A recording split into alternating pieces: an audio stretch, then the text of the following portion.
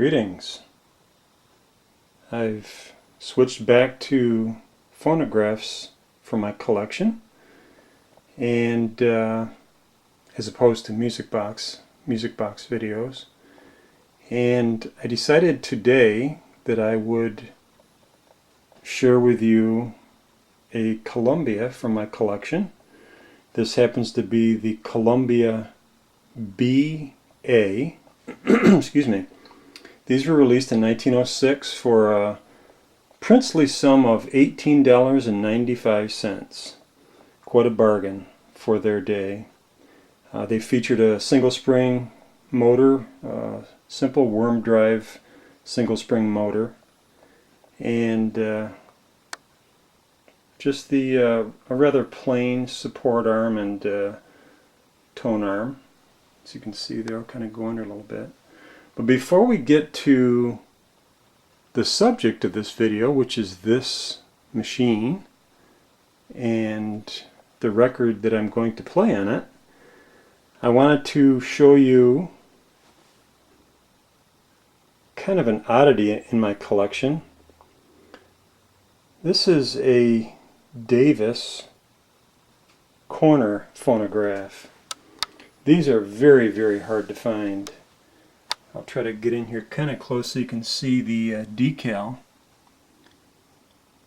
But these were produced in Chicago, and they were the only triangle-shaped phonograph that I know that was ever made. They were made obviously for a corner, and this one is stands on three straight legs, has its original grill here, which you can see I haven't dusted in a while, sorry about that. But anyway, it featured a wooden tone arm, in this case a mahogany wooden tone arm, and it was the only phonograph manufacturer, Davis was, besides Sonora, that I'm aware of, that featured wooden tone arms on their phonographs. So anyway, I don't want to spend too much time on it. I'll feature this one of these days, if I can kind of move it out of here and get the space around it to play it and show it the way that it should be, instead of kind of in the corner as it is now. Okay, so I'll be back in a couple seconds and we'll see and hear more of the Columbia BA from 1906. See you in a couple seconds. Okay, we're back again with the Columbia BA phonograph that I'm going to feature today. As I mentioned, these are from about 1906, and I have it wound up, and I've put a new fresh needle in. And the record that I'm going to play for you is a strange one, to me anyway. I bought this record in a group of records probably 3 years ago, and they were all early, and you know, there's nothing really special about what we see so far. It's, you know, the Columbia black and silver label from circa 1906 to say 1908, early 08. What's interesting about this particular label is this: it's blank. Where the title, the artist, the composer, and the catalog number should be is blank. And what we're left with is 41493-1-1. As a record collector, in a particular Columbia, I looked this up in my books, and most of the Columbia catalog numbers are 4 digits. This one appears to be 5, 41493. And then the -1, that's pretty normal. That's probably take and one after it is probably a mold number or a master number. But you can see it's certainly not before 1908, because the last patent date's Feb 11, 1908. So I don't know, it's a mystery. I don't believe it's a test pressing, because test pressings were typically white with black lettering. At least all the test pressings that I have in the collection are a plain vanilla color with handwriting on them. Okay, let me mount this on the turntable. We're going to play it. And by the way, I have played this record, and I was hoping it was going to be like Bob Roberts or Billy Murray or Arthur Collins or some kind of fun tune. Instead, it's a waltz. I believe it's a waltz.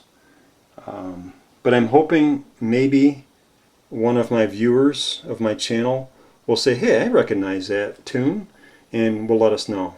Because I really don't know. Of all the records and tunes and songs that I know, this one I've heard before, I think on one of my music boxes, but gosh, if I can, place it. So if anybody knows, please let us know in a comment. Anyway, this is what should be on the label. This is another one that I grabbed from my collection at random. This is Won't You Be My Honey. It's 3682. So you can see all of the title and artist credits, the catalog number, that's all there.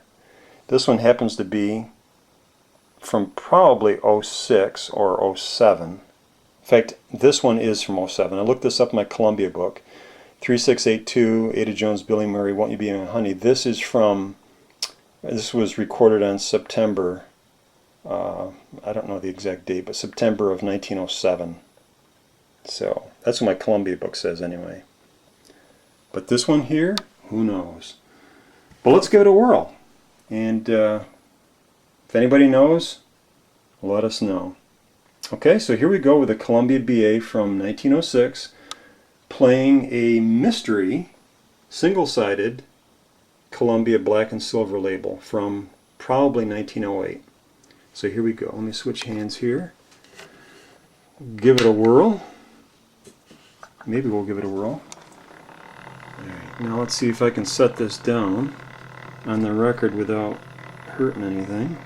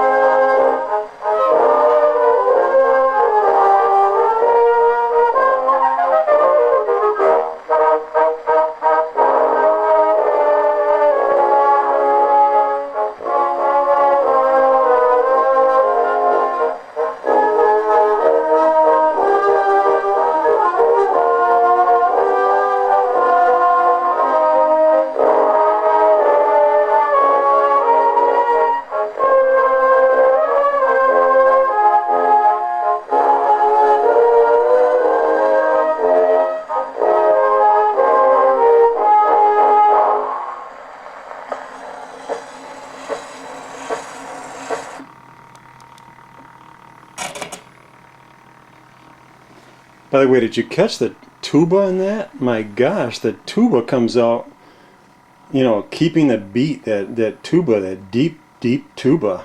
I hadn't realized that until I actually shot the video here, how good the tuba sounds on this. Boy. Anyway, definitely sounds like a waltz to me now that I hear it a second time. So, I hope you enjoyed it, and thanks again for stopping in, folks.